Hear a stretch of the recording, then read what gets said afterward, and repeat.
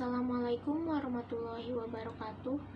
Puji syukur kita panjatkan atas kehadirat Allah Subhanahu wa Ta'ala, karena berkat rahmatnya saya dapat menyampaikan presentasi pada hari ini.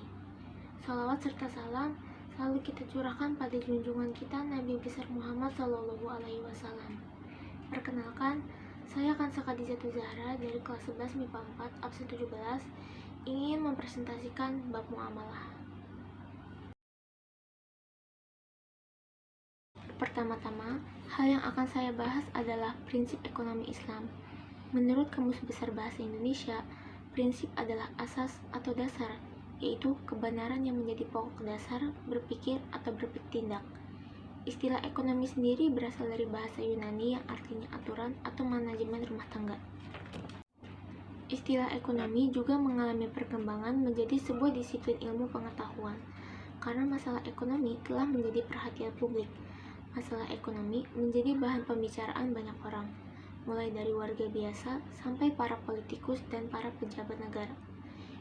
Prinsip yang diterapkan dalam kegiatan ekonomi Islam adalah asas atau dasar yang dipergunakan untuk mengatur atau menjalankan sistem perekonomian dalam Islam. Ekonomi yang dilakukan sesuai dengan syarat agama Islam mampu membawa kesejahteraan serta keberkahan dalam kehidupan sehari-hari. Dapat disimpulkan bahwa ekonomi Islam adalah upaya atau usaha untuk mengatur dan menjalankan roda perekonomian yang berasaskan pada nilai-nilai syariat Islam yang diatur dalam Al-Quran, hadis, dan ijma. Prinsip ekonomi Islam didasarkan atas 5 nilai universal, yaitu pertama, tauhid. Tanpa tauhid, prinsip ekonomi Islam sulit tegak. Segala sesuatu tanpa didasari oleh keimanan akan mudah sekali menyimpang dari yang seharusnya. Kedua, adil. Adil dalam kegiatan ekonomi Islam adalah melakukan kegiatan ekonomi sesuai dengan norma Islam secara konsisten. Keadilan menjadi sentra fokus dalam membangun prinsip ekonomi Islam. Ketiga, nubuwah. Di era sekarang, memang sudah tidak ada nabi seperti halnya Rasulullah. Paling tidak, perangai dan akhlak Nabi dijadikan sebagai contoh dalam menjalankan roda perekonomian. Yang keempat, khalifah. Membangun pondasi pemerintahan yang baik dan bertanggung jawab menjadi salah satu prinsip ekonomi Islam. Bagaimanapun juga, sistem pemerintahan menjadi keputusan penentu segala keputusan. Dan yang terakhir adalah hasil. Jika diartikan, hasil dalam perekonomian disebut laba. Laba yang diperoleh harusnya didapatkan dengan cara yang baik, tidak dengan cara yang curang. Materi kedua adalah jual beli dan khiyar. Khiyar menurut hukum ekonomi Islam adalah hak memilih untuk melanjutkan atau membatalkan akad dalam jual beli. Dengan adanya khiyar dapat menghindari apabila ada terjadinya perselisihan dalam transaksi jual beli. Khiyar juga memberikan kepuasan kepada pihak-pihak yang terkait dalam transaksi jual beli, karena dapat menjaga suatu hubungan yang baik tanpa terjadi perselisihan. Khiyar dalam transaksi jual beli sebagaimana dijelaskan oleh Wahbah Az-Zuhaili dalam kitabnya Al-Fiqhu Al-Islami wa Adillatuhu banyak sekali ragamnya. Namun, hanya 3 macam khiyar yang umumnya dijelaskan dalam kitab fikih mutabar dan banyak dilakukan dalam praktik jual beli. Ketiga macam khiyar tersebut yaitu: pertama, khiyar majelis. Adalah tawar-menawar antara penjual dan pembeli pada saat mereka masih berada di tempat transaksi, yang menyebabkan terjadinya jual beli atau sebaliknya. Dampak dari khiyar ini adalah transaksi jual beli dinilai sah dan mengikat secara hukum, semenjak disepakatinya akad jual beli hingga mereka berpisah.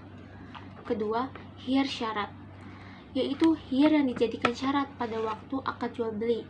Artinya, pembeli atau penjual memilih antara meneruskan atau membatalkan transaksi sesuai dengan batas waktu yang sudah ditentukan.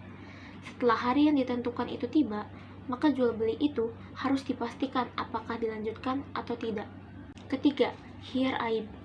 Jika seseorang membeli barang yang mengandung kecacatan dan ia tidak mengetahuinya hingga penjual dan pembeli berpisah, maka pihak pembeli berhak mengembalikan barang tersebut kepada penjual dengan meminta ganti barang yang baik atau meminta kembali uangnya atau sesuai dengan perbandingan kerusakan dan harganya.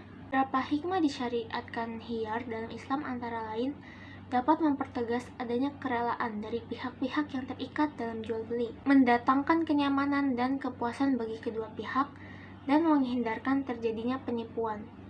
Dengan adanya konsep khiyar ini, berguna untuk menjaga hubungan silaturahmi antara pihak-pihak yang melakukan jual beli. Penjual dan pembeli harus jujur dengan barang yang dijual ataupun dibeli dengan tujuan untuk menghindari kesalahpahaman agar mendapatkan keberkahan antara keduanya. Selanjutnya, ada syirkah. Syirkah adalah kerjasama antara dua orang atau lebih dalam hal permodalan, keterampilan atau kepercayaan dalam usaha tertentu dengan pembagian keuntungan. Sulaiman Rasyid dalam fikih Islam menjelaskan rukun syirkah berdasarkan syariat Islam, yaitu sighat atau lafaz akad, pihak-pihak yang mengadakan serikat, dan pokok pekerjaan. Terdapat beberapa syarat syirkah sebagaimana dijelaskan dalam buku ilmu fikih Islam lengkap. Syarat-syarat syirkah mencakup: pertama, dilaksanakan dengan modal uang tunai. Kedua, dua orang atau lebih berserikat, menyerahkan modal, mencampurkan antara harta benda anggota serikat, dan mereka bersepakat dalam jenis dan macam perusahaannya. Ketiga, dua orang atau lebih mencampurkan hartanya sehingga tidak dapat dibedakan satu dari lainnya. Keempat, keuntungan dan kerugian diatur dengan perbandingan modal harta serikat yang diberikan. Berdasarkan buku fikih Islam wa Adilatuhu jilid 5, syirkah dibedakan menjadi dua, yaitu syirkah amlak dan syirkah uqud. Syirkah amlak adalah persekutuan kepemilikan dua orang atau lebih terhadap suatu barang tanpa transaksi syirkah. Syirkah ini dibagi menjadi dua, yaitu syirkah sukarela, syirkah yang lahir atas kehendak pihak yang bersekutu, dan syirkah paksa, persekutuan yang terjadi antara pihak-pihak syirkah tanpa sekehendak mereka. Yang kedua, syirkah uqud.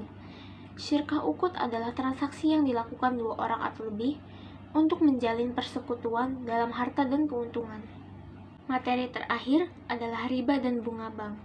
Untuk membedakan riba dengan tambahan keuntungan dari jual beli, pokok utang, dan harta ini sendiri lantas dibagi menjadi dua, yaitu ribhun atau laba dan riba. Laba didapatkan dari muamalah jual beli yang hukumnya halal, sedangkan riba adalah hasil dari adanya syarat tambahan pada kegiatan utang piutang yang waktu akhir pelunasannya tidak tentu. Secara makna, istilah riba adalah kelebihan atau tambahan dalam utang piutang atau jual beli yang disyaratkan sebelumnya oleh salah satu pihak. Riba dalam Islam hukumnya haram. Ada banyak efek negatif dari riba. Bahkan, agama samawi semuanya melarang praktik riba. Mendapatkan keuntungan dari riba dapat menghilangkan sikap tolong-menolong, memicu permusuhan, dan sangat menyusahkan apabila pemberi riba menentukan bunga yang sangat tinggi. Dalam Al-Quran, hukum bunga bank melakukan riba sudah jelas dilarang Allah. Dan walaupun Al-Quran dan hadis sudah sangat jelas melarang riba karena haram, namun masih saja banyak orang yang melakukannya. Ulama yang mengharamkan bunga bank berpendapat bahwa riba tetap haram meski tidak ada menzolimi. Selama ada tambahan pada pokok utang, maka hukumnya haram. Riba dibagi menjadi 4. Pertama, riba fadli adalah tukar menukar dua buah barang yang sama jenisnya namun tidak sama ukurannya yang disyaratkan oleh orang yang menukarnya. Hal yang dilarang di sini adalah kelebihan perbedaan dalam ukuran atau takaran. Kedua, riba kordi adalah meminjamkan sesuatu dengan syarat ada keuntungan atau tambahan dari orang yang dihutangi.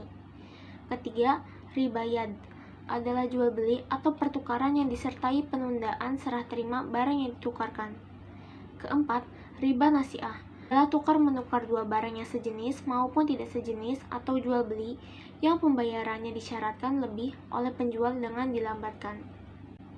Kesimpulan yang didapat dari penjelasan tadi adalah setiap kegiatan dalam kehidupan sehari-hari pasti sudah diatur oleh Allah, salah satunya dalam hal ekonomi. Dalam berniaga maupun hal peminjaman, kita haruslah jujur, bekerja sama, dan adil terhadap satu sama lain. Janganlah mengambil keuntungan lebih dengan cara yang haram, karena sesungguhnya rezeki sudah diatur oleh Allah.